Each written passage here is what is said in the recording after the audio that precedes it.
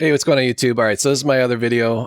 Again, I received a quarter $10 face roll. This is a 1952 to 64 Denver. Again, I purchased this from eBay. I paid $215 with free shipping, so $21.50 face, uh, which ain't bad. In my local coin shop, they were selling it for 23 when I was there last week Friday.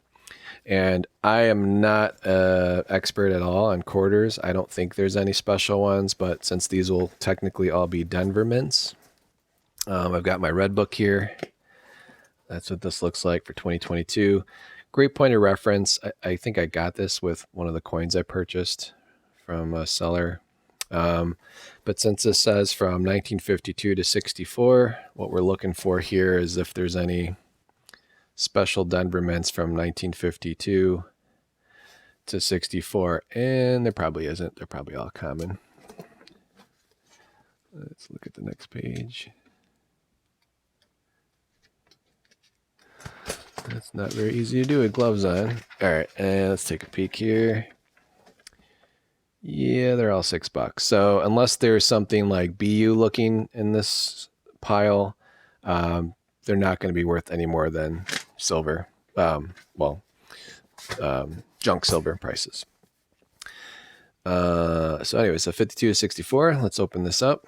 And this type of roll too is like the type you would buy like in those rolls that you can create yourself at home.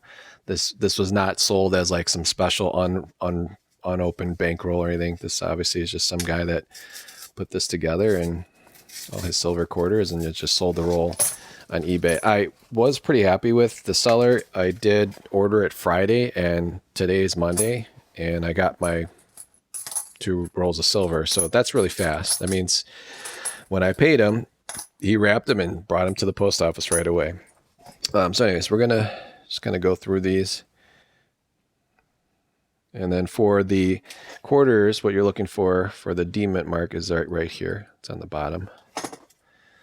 But yeah, these are all pretty straightforward. I'll zoom in a little bit. So 58, 54. I mean, I guess it's nice that he sold it as a D mint. I don't know why someone would want just a Denver mint.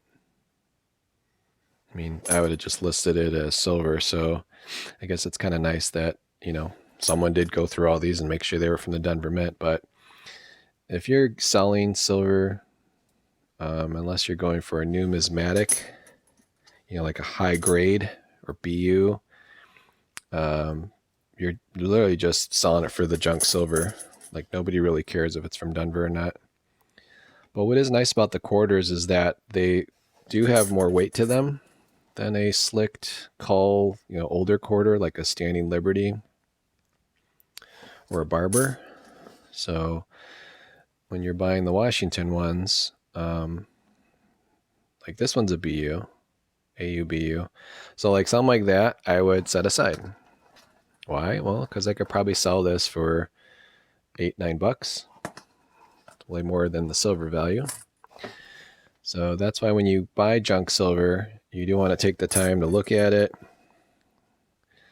Also, too, man, all it takes sometimes is some weird looking error coin, and you might have yourself something that's worth hundreds of dollars, which is nice when you only paid $200.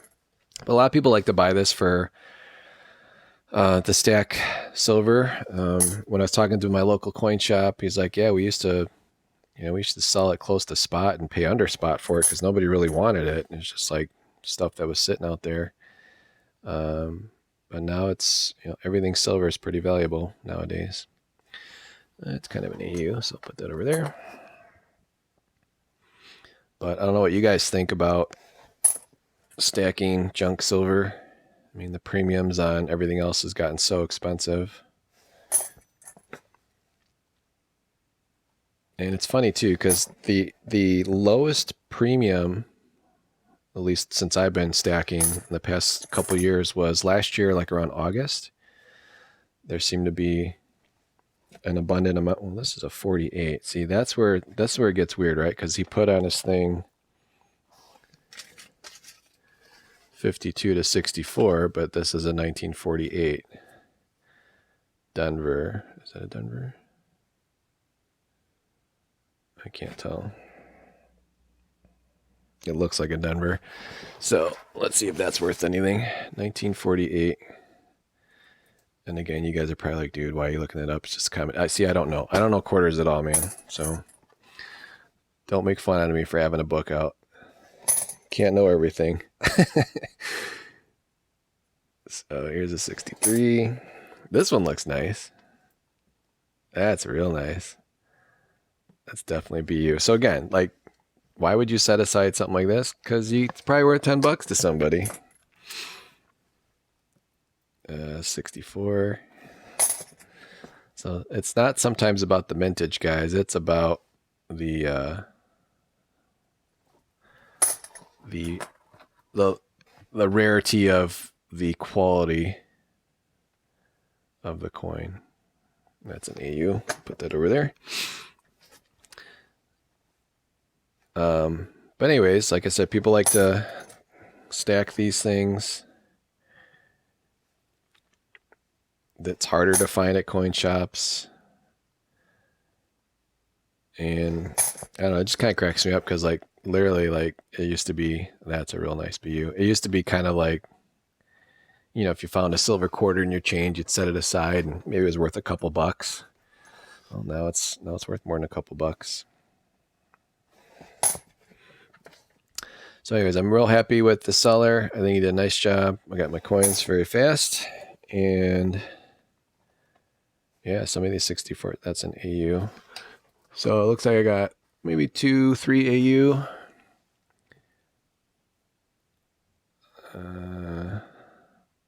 That's pretty nice, 58. And yeah, all the 64s are pretty nice. So out of all of those, this is by far the nicest one. That's a real nice BU quarter. That's a $10 quarter all day long. So again, happy with my purchase. Just want to share with you guys, you know, what do you get when you buy a roll of junk silver? You should definitely take the time to look at it, just to peek, to see if you got anything like this hiding in there. Because you don't want to sell that for junk when numismatic, it's worth more to someone else. And there's the second best one out of the bunch. And these are Denver mints. So I'll put those in little Mylar flips and probably sell those separately on eBay. But the rest of this, I'm going to use this junk silver to, so I'll put it this way. When you're going to a coin shop, and let's say you're going in there to like buy something. So I like to try and find these type of coins at local coin shops. So you get a little more value when you're bringing in something that the coin dealer needs. So if you're coming in, I mean, everyone needs cash, right? But the coin dealer can get cash from anybody. So if you're bringing in junk silver as your cash, as bartering, I feel you have a better chance of getting a better deal on something like this. That's just my theory. So it's like, yep, I could come in and bring, $20, or I can bring in 4 quarters, silver quarters that are worth $20 to the coin dealer. Meaning he has clients looking for this. He doesn't have clients coming in there asking for $20 bills. He has clients coming in looking for, junk silver. So anytime you can bring something of value that the local coin shop can use, will help you negotiate on what you're looking to buy. And the one I go to is very busy. They don't know me by my first name or anything like that, but I tend to like gather stuff like this up and go in there and make a large purchase. So I'll bring, $1,000. I'll do at least a couple of grand in transaction. So I'll bring in like $1,000 worth of stuff to trade in or to sell to them that I don't need. And then I'll end up usually buying 5 $500 worth of stuff. So even when you're kind of cashing in, you should always, while you're there, since time is money, is besides cashing in, see if there's anything that you can trade up to. So that is just my chain of thought, and not sure if you guys practice that, where you go to your local coin shop. Does your guy just like you bringing in cash, or your gal, doesn't mean it has to be owned by a dude, but, or do you think it's a little more powerful coming in with junk silver or something that they need and using that as your cash?